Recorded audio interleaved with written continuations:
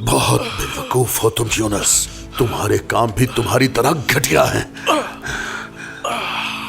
कोई काम ढंग से नहीं कर पाते हो तुम। मेरी ही गलती है कि तुम पर भरोसा किया। तुमने अपनी औकात से बढ़कर काम क्यों किया? हाँ? मेरे नजदीक तुम्हारी हैसियत इस टिश्यू के बराबर भी नहीं। ये भी तुमसे ज्यादा कीमती है मेरे लिए। हाँ? कहाँ रखा हुआ है उस लड़के को? जल्दी बोलो। वो अदालती तहवील में है। दफा हो जाओ यहां से।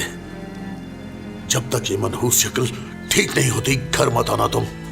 इसे आखिरी वार्निंग समझना तुम। एक बात याद रखना, मेरी इजाजत के बगैर आज के बाद सांस भी नहीं लोगे तुम।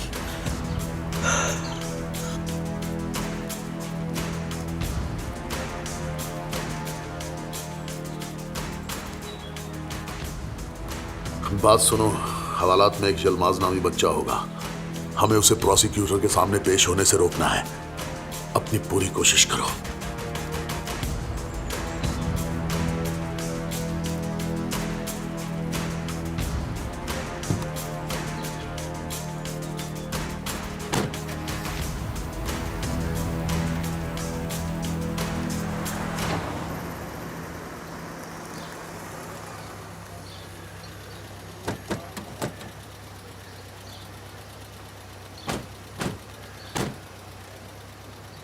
पीछे रहो भाई, आगे क्यों आ रहे हो? माफ कीजिएगा सर। ये तुमने नहीं किया, मैं जानता हूं।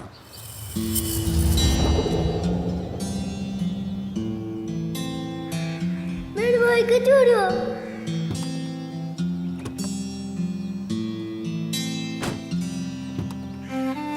मेरे भाई को छोड़ दो। मेरे भाई ने कुछ भी नहीं किया है। मेरे भाई को छोड़ दो। भाई, फिर भाई।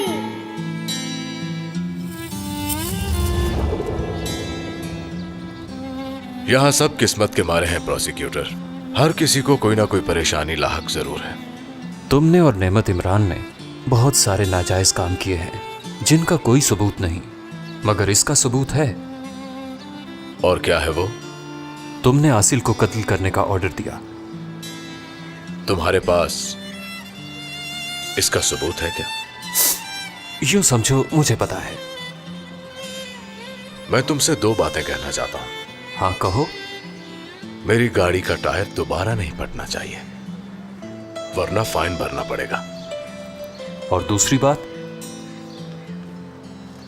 आसिल का ख्याल रखोगे। सुन लिया? तुम सबूत देखना चाहते हो तो आईना देखो। माफ कीजिए, हमें से ले जाना होगा सर।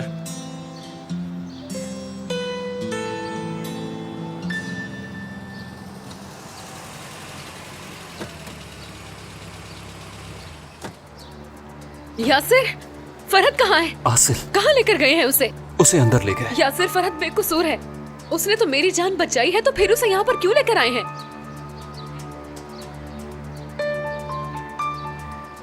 आसिल, बस करो। कैसे बस करूं?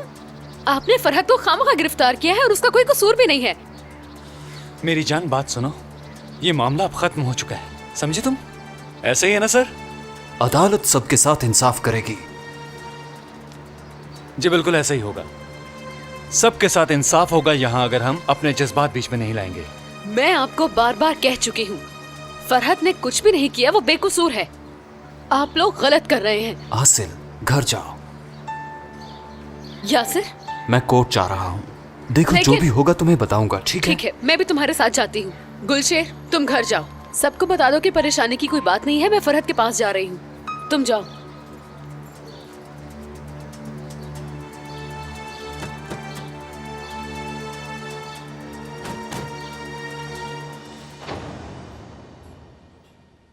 खाला, क्या हम फोन करके फरहत साहब के बारे में बता दें? नहीं नहीं, वो पहले घर पहुंच तो जाएं। देखो लड़की ऐसी बातें फोन पर नहीं करते। कहीं यशवा साहिबा गुस्सा ना करें।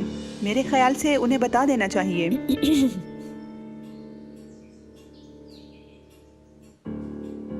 क्या हुआ? क्या हंगामा खड़ा किया हुआ है? कुछ नहीं, वो जी वो फरहत साहब को ले गए हैं। कहाँ ले गए वो फरहत को? ये तुम क्या कह रही हो? खुल के कहो। पुलिस स्टेशन ले गए हैं। मिस आसिल के भाई नईम साहब थे, वही साथ ले गए हैं। मुझे तो बहुत डर लग रहा है। क्यों ले गए हैं वो उसे? वो कह रहे थे कि फरहत साहब ने आसिल मैडम को मारने की कोशिश की। गुलशेर ने फोन पर यही बात बताई, यानी ये इल्जाम लगा है उन पर। हमें अकेला छोड़ दो।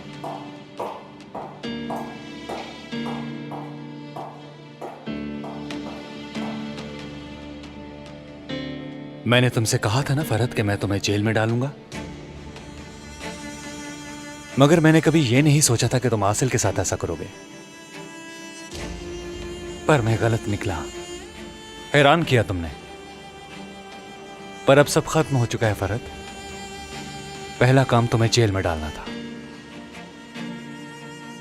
दूसरा काम आसिल को तुमसे छीनना था, और तीसरा काम तुम्हें मरते दम तक जेल के अंदर रखना है। अब समझे तुम?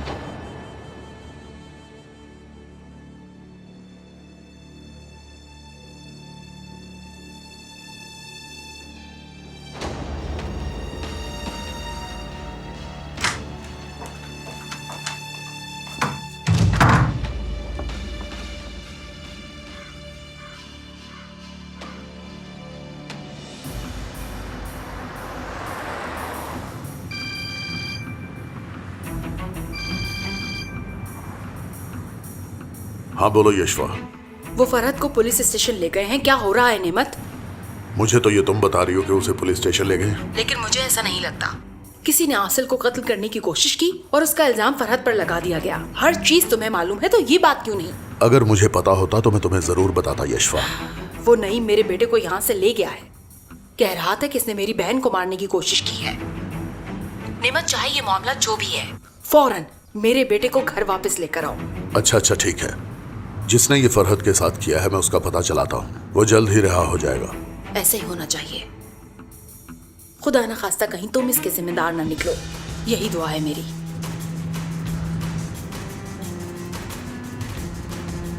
मामला तो बदल गया है आबरू मैडम। शाहीन के खिलाफ इस्तेमाल करना था मैंने तुम्हें, लेकिन क्या मालूम था कि तुम फरहत के मामले में भी मेरे काम आ जाओगी। बहुत शुक्रिया तुम्हारा। फरहत को बाहर निकालूंगा और उससे छुटकारा पालूंगा। सब सेट।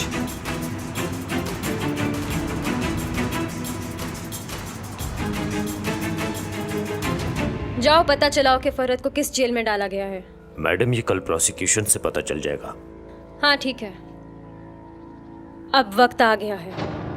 बहुत इंतजार किया, अब मुझसे इंतजार नहीं होता। उससे मरना होगा। मुझे अपने बाबा का बदला लेकर ही सुकून होगा। हम कोशिश करके कोई ऐसा आदमी ढूंढते हैं जो उसे अंदर ही खत्म कर देगा। जितना तुमसे कहा है उतना करो। अभी नेमत भी जिंदा है, उसका हिसाब भी बराबर करना है। जाओ।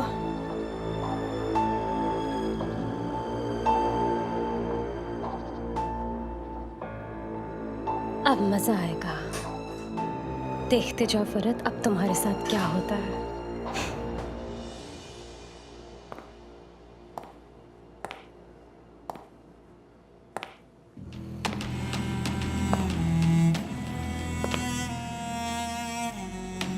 खुशामदीद अंकल। कैसे हो तुम? जैसा आप देख रहे हैं। तुम बेवजह मुझसे नाराज हो रहे हो।